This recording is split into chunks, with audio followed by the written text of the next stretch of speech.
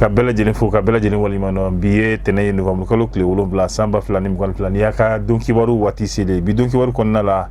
be Mali premier ministre no ye Abdoulaye Maiga alere koni tara nyogoni la mi na kera Egypte jamana ka amina ndadu langa wala konna la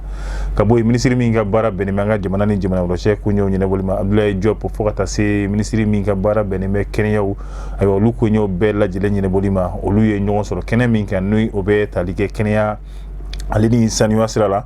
amina ndado fanela anka wala konna la bi yame wati mina ka beni bambachi kle ni tara minye dogono dula aywa krengna la dugu mimbe temisa wulika jomi kera bambachu aleni donso feneno amina do lula anka wala konna la ka faroka ametanga jamana ko ka farafina farajela kuna funi mi nanyo lusoro amesoro ka dunu anka wala kono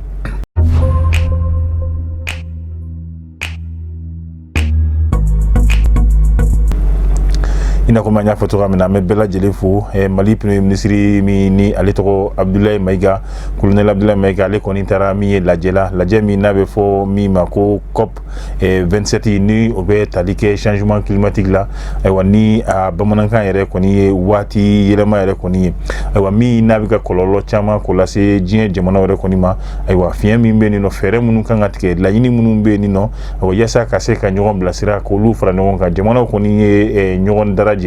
mi nakera Egypte jamana reka krenela uga dugumi yere konbe ko samsek aywa yenno ni keneka abeta like jien kile tomba aywa oluka hukumu yere koni konnala nyogonyo koni kera yenino abeta like kle saba nyogonyela mi ni abedamne novembre kalo kle woro katabla novembre kalo kle konotona sam bafla ani muganfla ni atako mugan ani wolombla nay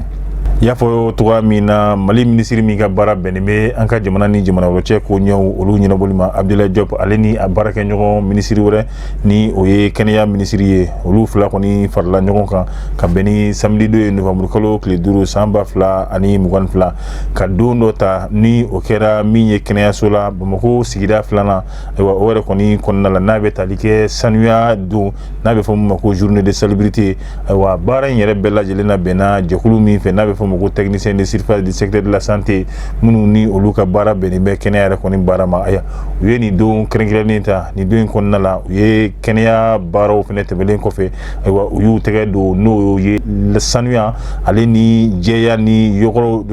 la beni aywa yu unyeshi o bara nunu fene mani keneka Mali tola jamana nyemo tola ministry fla koni kumbe Kenya ministry ani ministry minga bara benime anga jamana ani jamana ro che ko nyo nyene bolima iba fo nya foto ramina bamachi kele alisa abara koni be Mali nyemo ni finitigu be wulika jola alisa wa hukumu de konnala ibna ikafo bamachu yere ka wulika jode kera sababu ye min kera dogo kun konnare la kaseka abe fo mi mako lance roquette ofla jonasi kaseka onyeshi donzo iba balla donala oluye jekulu mina be fo man nazarakana ko auto défense olu yere koni kilemeka biyame wati mina dogono dugu kaseka lakana ko sabati enor la bamachu koni ka wulika jo koni damnera ni lance roquette la ye mi flika nyeshi no ye donso re koni ma nga obara nunu re koni bella jelen bolon ko fe ibina ye senekela munu ni olu wa son senere tonore ko bosisa no ye kanu ye aywa utara kata bin re do uka balo ka abella jelena no kera ale daka re koni mara kon nala ametanga jamana ko kan krenkrela mi e kurwar jamana ibai ka fo taxi bollare konindo alede koni krenkrela yo pugere koni konnala aywa koni ni bina ka karabati bari kadaka akera dorika mujugu ko ochi taxi bollan yere konina aywa siga kelime mami yere la yere ka fo eske kurwar fintikira ka yere konindo te o mi yere koni kera a baraka nyonto no lu fene taxi bollai ulu koni yu ka disuma gasu yere koni yira ka yira ka fo ko tanke fere ni nyaw masoro kaseka achion dakeneka eko oluyere koni mina taxi bolere koni jo wakati yere koni konnala kaboy ameta Tanzanie avion mimbe nawe foko avion en ligne no ye kaseka mauta nawe foko avion de transport kuta ka boyro de la katanu ye dugudola aywa o avion koni aka tani gaseki yere koni konnala ibna ka fo ka beni cardio yere kuna funu mayira ni o ye Tanzanie telesom yere nawe fo Tanzania Broadcasting Corporation olu koni ye kuna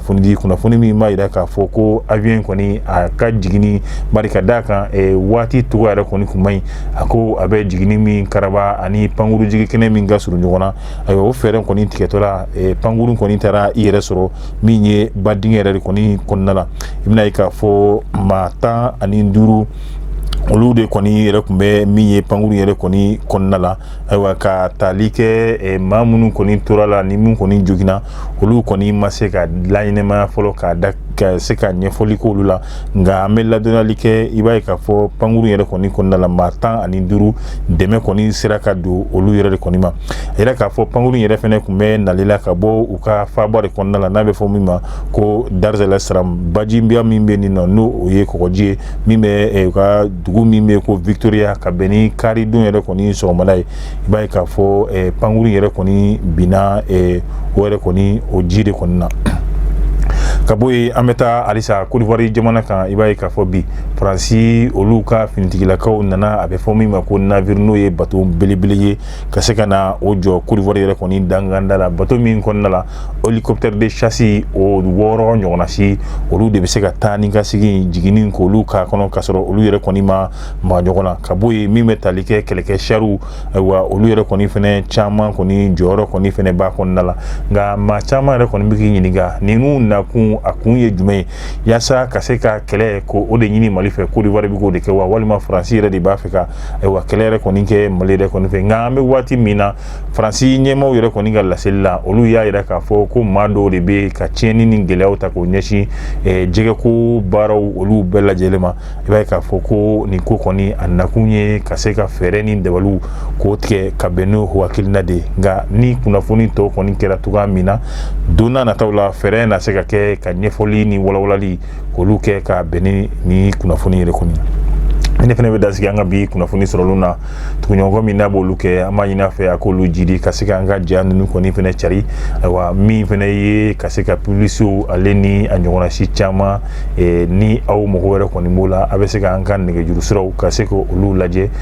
min b'a to aw ka publicité olu bɛ se ka tɛmɛ anw ka page yɛrɛ kɔni sanfɛ an b'a fɔ wasalam